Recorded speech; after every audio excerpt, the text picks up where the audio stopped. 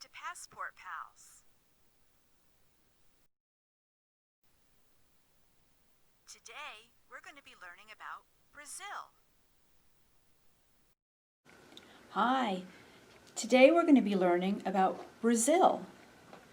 So here's our globe, and we're going to find Brazil right down here in South America. It's right about here. So it's very near the equator. So do you think Brazil is going to be a hot country or a cold country? You're right, it's going to be hot because it's near the equator.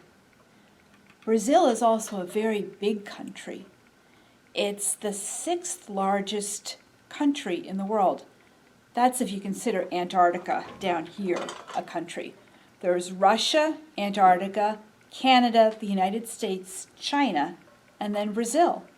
And it's also the 5th largest in terms of population. Only China, India, the United States, and Indonesia have more people than Brazil. So it's a very big country, and there's a lot to learn about.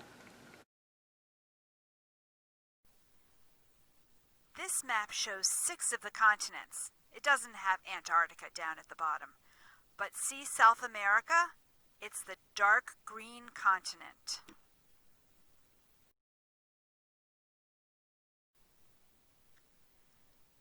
This map shows Brazil in red.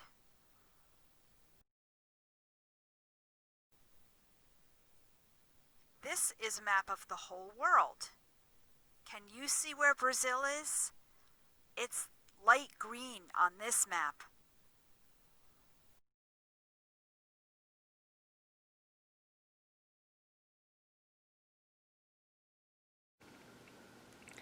This book is about children who live on a river in Brazil in the rainforest.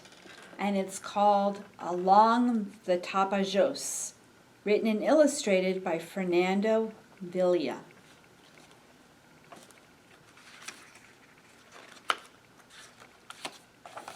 Birds. There's a lot of wildlife in the rainforest.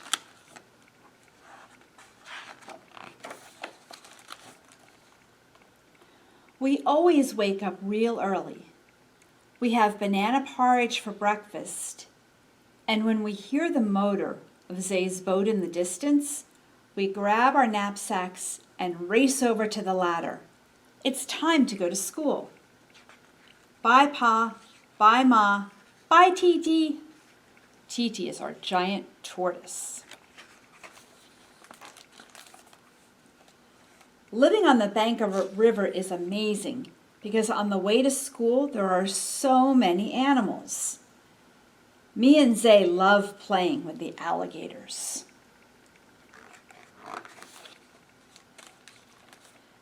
Zay says there are lots of big creatures under the water that we don't even see, and that they hang around real close to us, just waiting for someone to jump in. When the porpoises arrive, Inez makes a big fuss about them, and they leap around and put on an amazing show.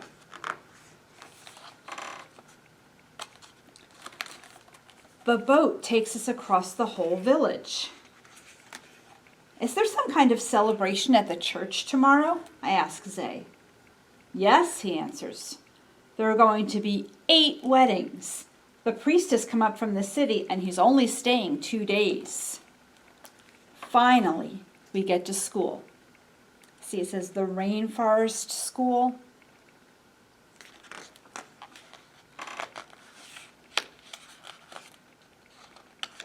At the end of class, the sky turns dark. Winter's come, somebody shouts. Here in the state of Pará, we only have 2 seasons, summer and winter. In summer, it's very sunny, it's very dry, and the river gets so shallow you can walk across it. But in winter, it rains a lot, every day, non-stop. Look at that rain.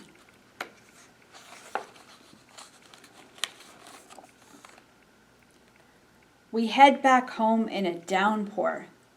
Zay takes everybody. The church is empty now, and the oxen are getting onto the boat, ready for the big move. Ma and Pa have already taken everything out of the house and put it in Uncle Pedro's boat, even my guitar. Hey, careful with that table. Get yourselves ready, kids. We're leaving in 10 minutes.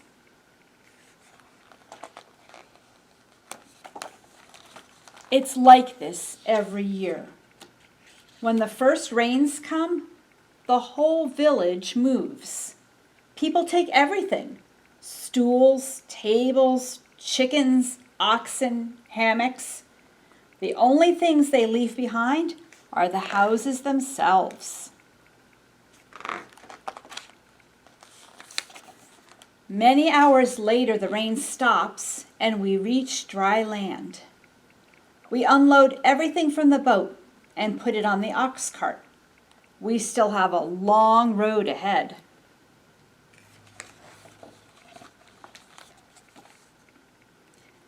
In the middle of the rainforest, Pa always finds a good spot, someplace sunny and close to an igarape. That's a kind of waterway. Ma and Ine arrange our things and the food while Pa and I fetch wood to build our house. After the walls have gone up, the women gather a load of straw to make a roof, which we tie together nice and tight so that not a drop of water will come in. That's when Ine realizes we've forgotten someone. Ma, she cries, we need to go back for Titi. Too late now, child, says Ma. Not till summer's come again.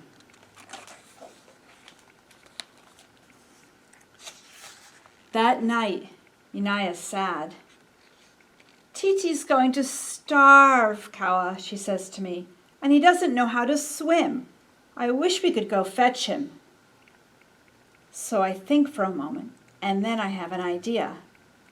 Hey, I've got it. Let's sneak out right now. The sun is just starting to rise as we untie the boat. We row all day long. At the end of the day, we arrive in the village. Look at all the water. When we reach the house, Titi is alive, on the roof. But behind him there's a giant anaconda. Don't go, Kawa, cries Ine. The snake's going to eat you. I've got to save Titi. He's going to die, I say, climbing up onto the roof. I don't know how it happens, but when I jump back into the boat with Titi in my arms, the queen of the jungle gets all tangled up.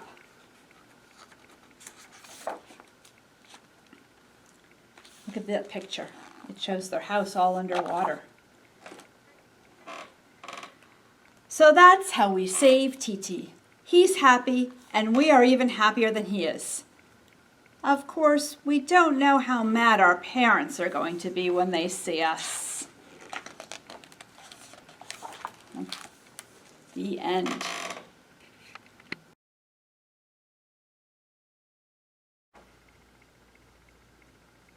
Okay, now we're going to learn a few other things about Brazil. You may have gotten this sheet, these 2 sheets of paper from the library, but if you didn't, it's okay. You can just follow along at home. Okay, so I already mentioned before in the video that Brazil is the largest country in South America. So can we find it on this big map? It's this green country here, okay? See how big that is compared to the other countries in South America? And here's a map of just Brazil. Now, since Brazil is so big, they have a lot of different ecosystems. Do you know what ecosystems are? they're like different climate regions. So the rainforest is a different type of climate than up in the mountains, which is a different type of climate than in the plains or the fields.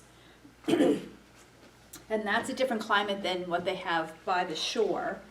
And in Brazil, there's a lot of different ecosystems. So Brazil actually has the largest amount of biodiversity, which means different types of plants and animals in the world. In fact, Brazil has the most number of different species of vertebrates, which are animals that have backbones, like we do, and invertebrates, which are animals that don't have backbones.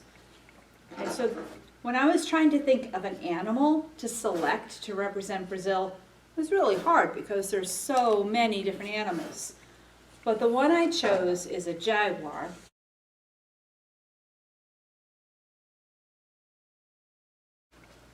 The jaguar is the largest native cat in all of North and South America. So that would be this whole part of the world here. Okay? I don't think we have too many jaguars left in the United States, but they still have them in Brazil. So we're going to take our scissors and just cut out the picture of the jaguar. And then we're going to use our glue stick and glue it down in the little part here, the little box that says nature.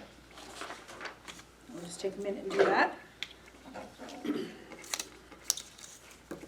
Doesn't have to be totally stuck down, just so that it doesn't run away. Okay.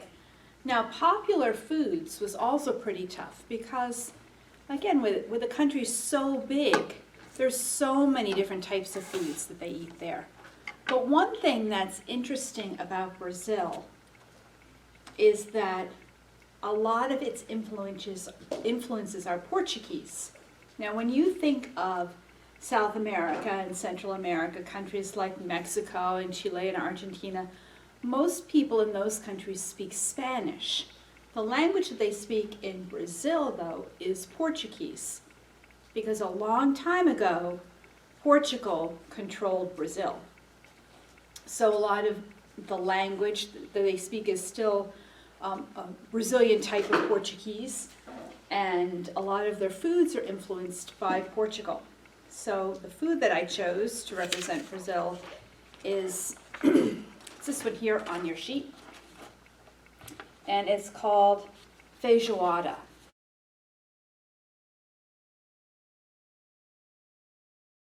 And it's a stew with black beans and kind of smoked pork and smoked beef, and it's served with rice. And I read sometimes it's also served with orange slices and things like that in it. Okay, so we're going to cut out this type of stew, feijoada, and we're going to use a glue stick and put that down here for popular foods.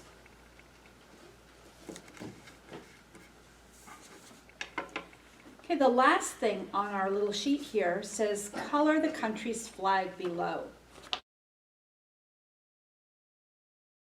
Now sometimes if a flag just has stripes or something, then I just let people color it all in. But the flag of Brazil is actually a little bit complicated. This is a flag that was first introduced in like the 1880s. Brazil became independent from Portugal in 1822. But in 1889, I have notes down here, in 1889 is when they became a republic and got their first president.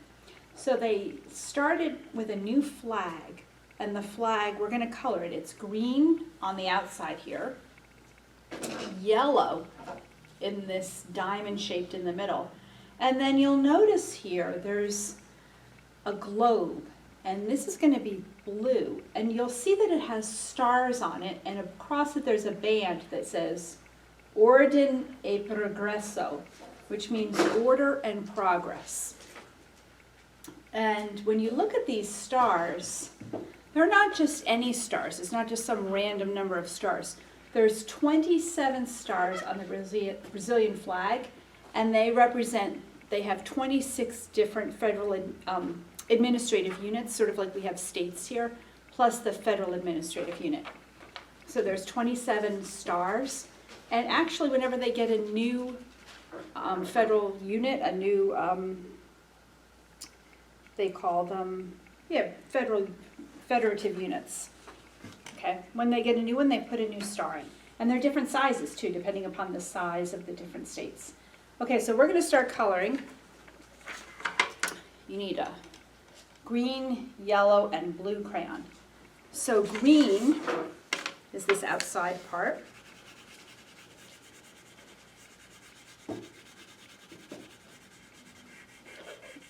If you look at the stars too, they are in a particular order, and they make constellations that look like the constellations that you would see in the southern hemisphere. Here in the United States, we live in the northern hemisphere. That means we're north of the equator. And if you go out at night, you may see stars, and they change, of course, from month to month and season to season. But you see certain stars, and you might see constellations like the Big Dipper or Orion. But down south of the equator, they actually see a lot of different stars than we do. Okay, so this part is in green. Now I'm going to kind of quickly go yellow in the diamond part here in the middle.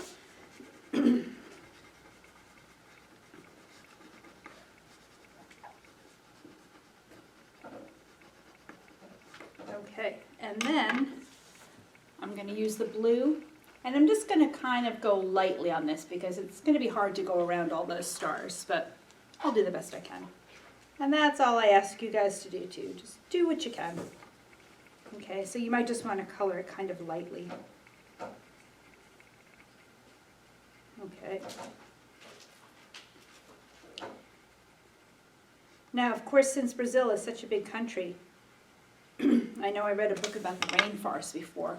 Not everybody lives in the rainforest. There's a lot of cities in Brazil, and they play a lot of sports in Brazil. In fact, one of the favorite sports in Brazil might be something that you've played before too, and that's soccer. Okay, so here's our sheet on Brazil, and I think we've learned a few things. And next, we will be doing a craft or two with some Brazilian animals, making Brazilian animals, not real ones, okay?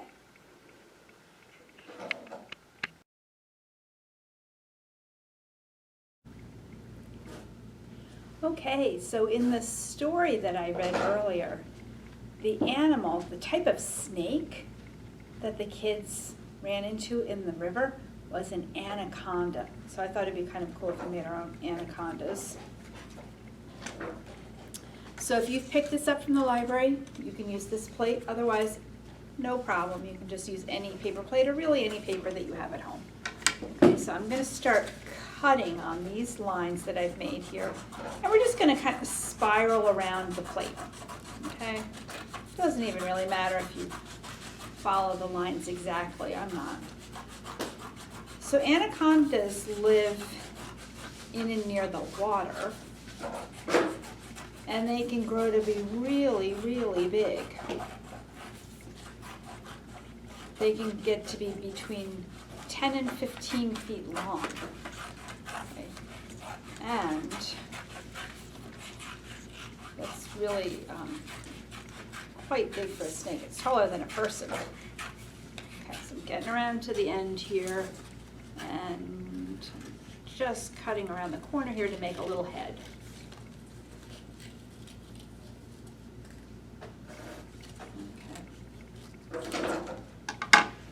See here how my snake has a head. And I read that the anaconda snake tends to be sort of a greenish, like an olive green color with black and brown spotches on it, splotches. So I'm just going to color, I'm not going to color the whole thing right now. I'm just going to give it kind of a quick coloring with a green crayon. Now, of course, if you wanted to make an anaconda that didn't necessarily look like a real live anaconda, you could color it whatever colors you wanted. Okay.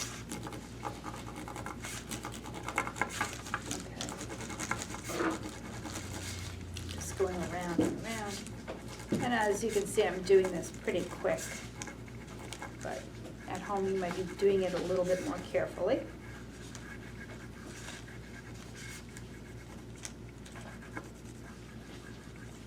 And if you look at my anaconda that I made before, you'll see I made this before I read anything about anacondas. And we'll see if you can figure out what's wrong on this snake that I made.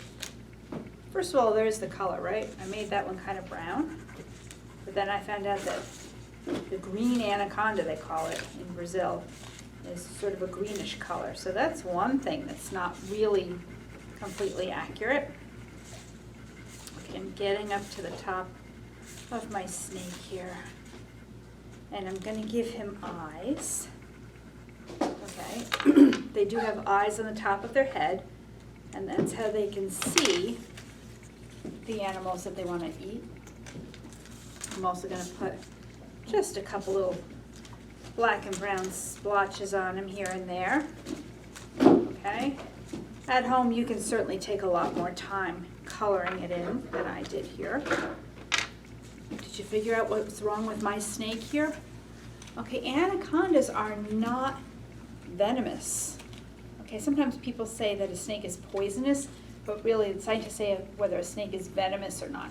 If a venomous snake bites you, then their poison goes into your system and it can hurt you. But they are not venomous snakes, so I'm going to take these big pointy snake teeth off my snake. Do you know how anacondas kill their prey? They're a type of boa constrictor. So what they do is they wrap around the thing they want to eat and they squeeze it, okay? So that's how they kill the animals that they're going to eat. So this is probably a little bit more accurate of an anaconda, except this is only about 2.5, 3 feet long.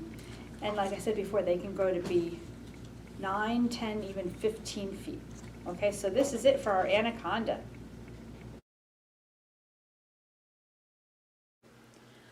Okay, I know I said that we would probably do another craft. So this is a scarlet macaw. It's not exactly what a scarlet macaw looks like if you look it up. They have a little bit of a white patch here, but it's pretty close.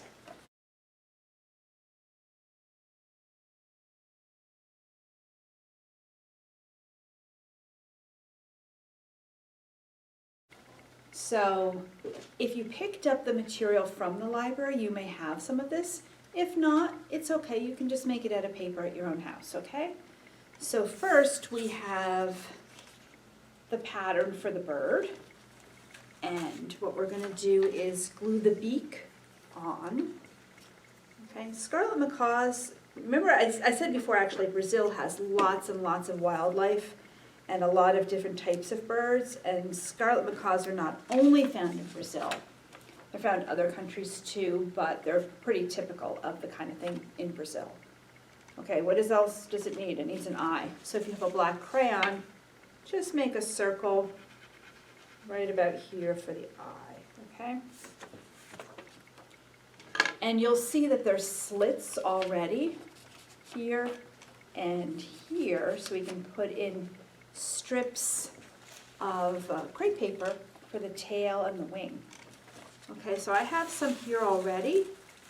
So I'm just going to grab maybe one of each color for the tail and something similar for the wing. I'll just grab this stuff, a longer one, and since the slit is already made at the bottom here, it's pretty easy to just slide it through. Pretty easy. Okay. So this actually makes kind of a cool looking bird, but an actual real scarlet macaw is much, much bigger. This is only, I don't know, maybe 10 inches or so. A real scarlet macaw can grow to be 32 inches. I mean, it's probably the size of your little brother or sister or something. 32 inches, well, you can't see from the ground. 20, maybe about that big. So they're quite large. Okay. There's a lot of different kind of animals that live in Brazil. than we have here. Okay, so here's another group of paper for the wing.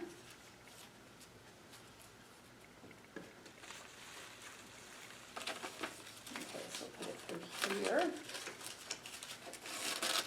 Okay, just gently slide it through, okay? And don't pull it too hard because you don't want it to rip.